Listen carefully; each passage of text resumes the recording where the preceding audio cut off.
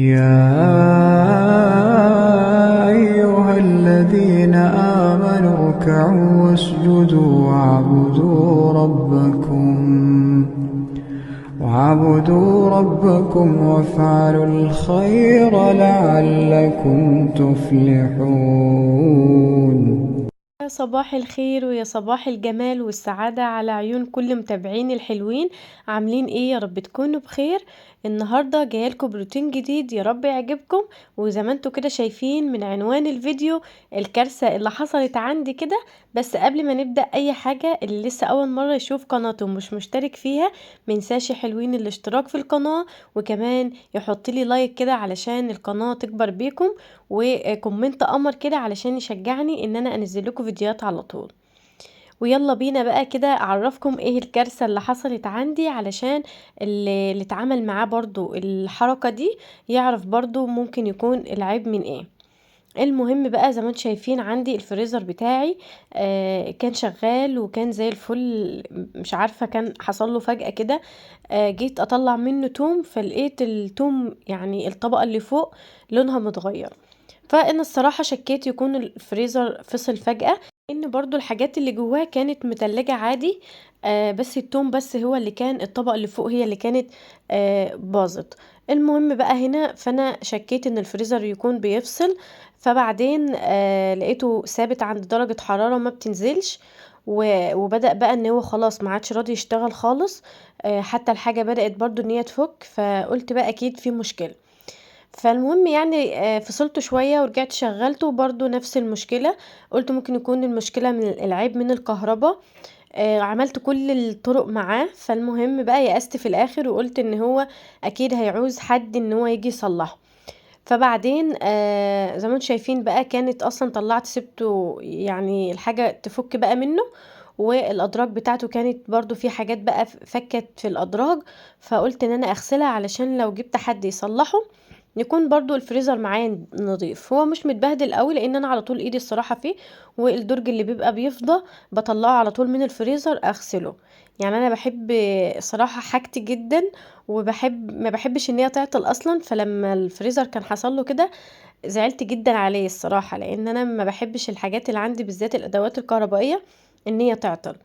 الحاجة لما تفضل شغالة شغالة، بس لو عطلت فجأة خلاص بقى بتفضل تعطل على طول. و... وبصراحة بقى انا ما بحبش الموضوع ده. فاتضايقت جدا بقى، بس قلت يلا بقى مش مشكلة، هغسل بقى الفريزر والادراج بتاعته، وبعد كده نشوف بقى حد ان هو يصلحهم. فبدأت بقى جبت الأدراج كلها فضيتها كده وزي ما انتم شايفين وغسلتها وسبتها تتصفى. يعني انا اخدت من الموضوع ده إن الفريزر معايا نضف الصراحة، ما كنتش ناوية ان انا اغسله اصلا. والأدراج بتاعته بقت زي الفل. المهم بقى كان عندي درج كنت حاطاه طماطم زي ما هي كده، يعني ما كنتش عاملاها صلصة ولا اي حاجة. ساعات لما بيكون عندي طماطم كتير، بدل ما افضل بقى واقفة كتير وان انا اعملها صلصة وكده بحطها زي ما هي كده، وبطلعها تفك لما بحب ان انا اعملها صلصة. فقلت بقى ما كانش عندي مكان في الفريزر اللي هو بتاع التلاجة، لان الحاجات اللي كانت في الفريزر الكبير ده حاولت ان انا على قد ما اقدر شلتها وحطيتها في فريزر التلاجة. فالطماطم بقى ما عنديش لها مكان، فقلت بقى هعملها كده صلصة وانا واقفة. برضو مش هتاخد مني وقت، وكمان لما احطها في الاكياس هتبقى حجمها صغير، وفي نفس الوقت كمان هعرف ان انا احطها في الفريزر. فالصراحة استفدت يعني الفريزر ان هو فصل شوية، بس عملته وانجزته وعملت حاجات كتير. انا اهم حاجة عندي اصلا في التفريزات بحب دايما تكون عندي صلصة جاهزة كده. بس انا كان عندي يعني كام كيس لسه برضو فاضلين، فكنت بقول لما اخلصهم الاول ابقى اعمل الدرج ده. فجاء وقته بقى ان انا اعمله كده. زي ما انتم شايفين بقى الطماطم كانت تعتبر فكت خالص، لان انا مطلعاها اصلا يعتبر يعني فكه برضو من الفريزر. بس بقى حطيت عليها شوية مية كده وغسلتها كويس، وبعد كده قطعتها. بحب ان انا اقطعها كمان من النص كده علشان اشوف الطماطمية نضيفة ولا لا. وحطيتها بقى في حلة كده على النار وسبتها لحد ما استوت خالص زي ما انتم شايفين. بعد كده بقى هفرمها في الخلاط واصفيها واعبيها بقى في الاكياس. و... وتبقى زي الفل وتبقى جاهزة معايا. بتبقى الصراحة يعني بتساعدني كتير لو انا مستعجلة في اكلة او حاجة ومحتاجة فيها الصلصة. بطلع بس كيس كده، وعندي كمان البصل متفرز، وبحطهم على بعض وخلاص، وبتبقى الاكله سهله وسريعه وما بحتاجش بقى ان انا اجيب طماطم واعصرها والكلام ده. اصلا كنت ناويه ان انا اعملها كمان على دخلة بقى المدارس وكده، لان الدروس والمدارس والحاجات دي لما بتبدأ الواحد اصلا ما بيفضلش الصراحه. فيعني كنت حابه اصلا اجهز شويه حاجات، بس زي ما قلت لكم ما كنتش مجهزه التوقيت ده.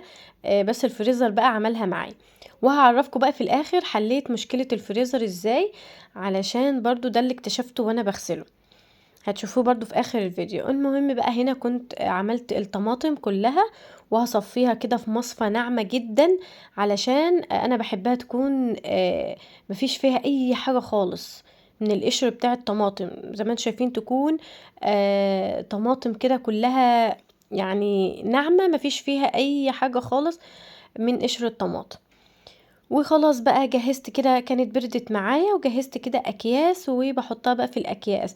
هنا برضو حاولت ان انا يعني املي الكيس على قد ما اقدر، يعني انا برضو بعمل كمية اقل من دي، بس زي ما قلت لكم ما كانش عندي في الفريزر مكان اللي هو بتاع التلاجة، فقلت بقى ان انا احط كده على الاكياس على قد ما تاخد، واقفل الكيس وخلاص.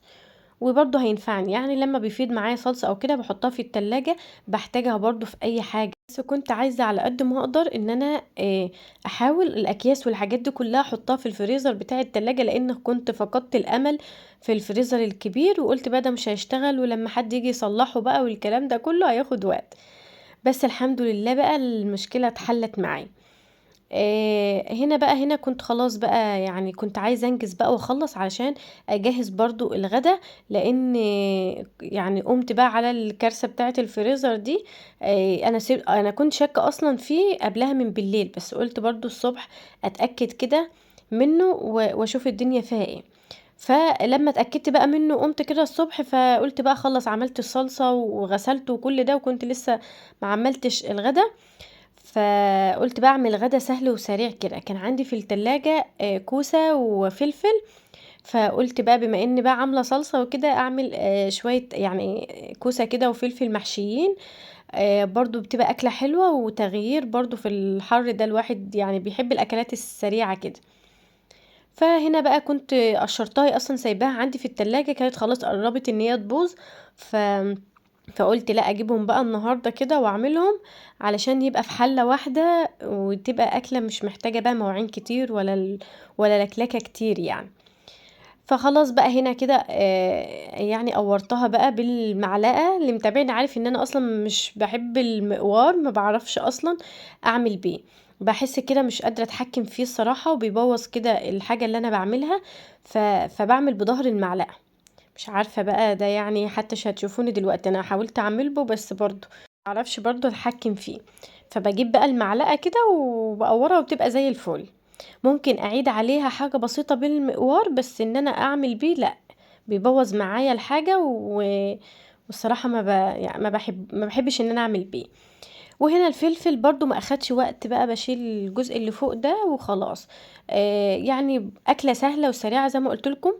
انا ما بحبش في الحاجات دي غير الفلفل والكوسة والبطاطس، لكن البتنجان ما حبتوش الصراحة.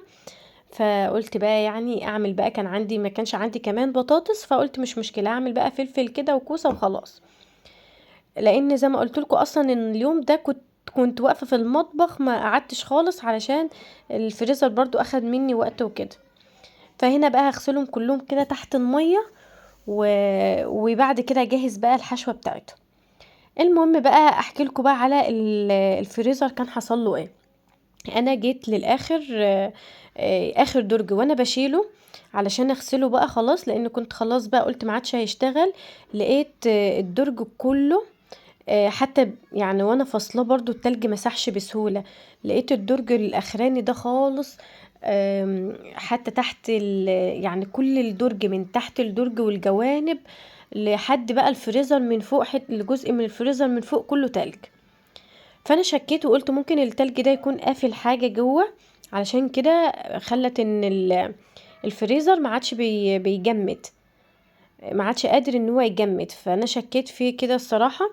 فالمهم فصلته بقى يومين مع بعض كده لحد ما التلج ده فك خالص.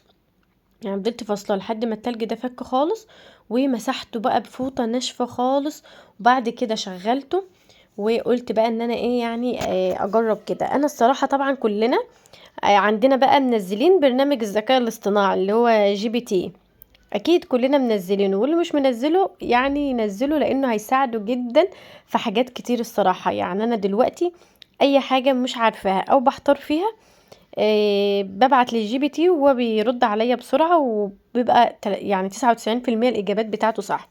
فانا الصراحه لما لقيت درجه الحراره بتاعه الفريزر عندي بالموجب مش بالسالب ان هي تجمد، فكنت بعتله درجه الحراره، قال لي ان هو شغال كانه تلاجة مش فريزر بيجمد، وقال لي كذا حاجه وجربتها كده بس برضو ما نفعتش، ما لقيتش العيب منها يعني. المهم بقى بعد ما غسلته ونضف معايا قلت اجربه اشوفه هيجمد ولا لا، فحطيت كوبايه فيها ميه وشغلته ممكن 4 ساعات، ودي كانت النتيجه الحمد لله. لقيته اشتغل وبقى زي الفل وبدأ يجمد تاني، واستفدنا بقى ان احنا غسلنا الفريزر وعملنا الطماطم. وخلاص بقى هنا كان ده اخر الفيديو بتاعنا. اهم حاجه يا حلوين ما تنسوش الاشتراك في القناه وتفعيل زر الجرس، واقول لكم على السلامه.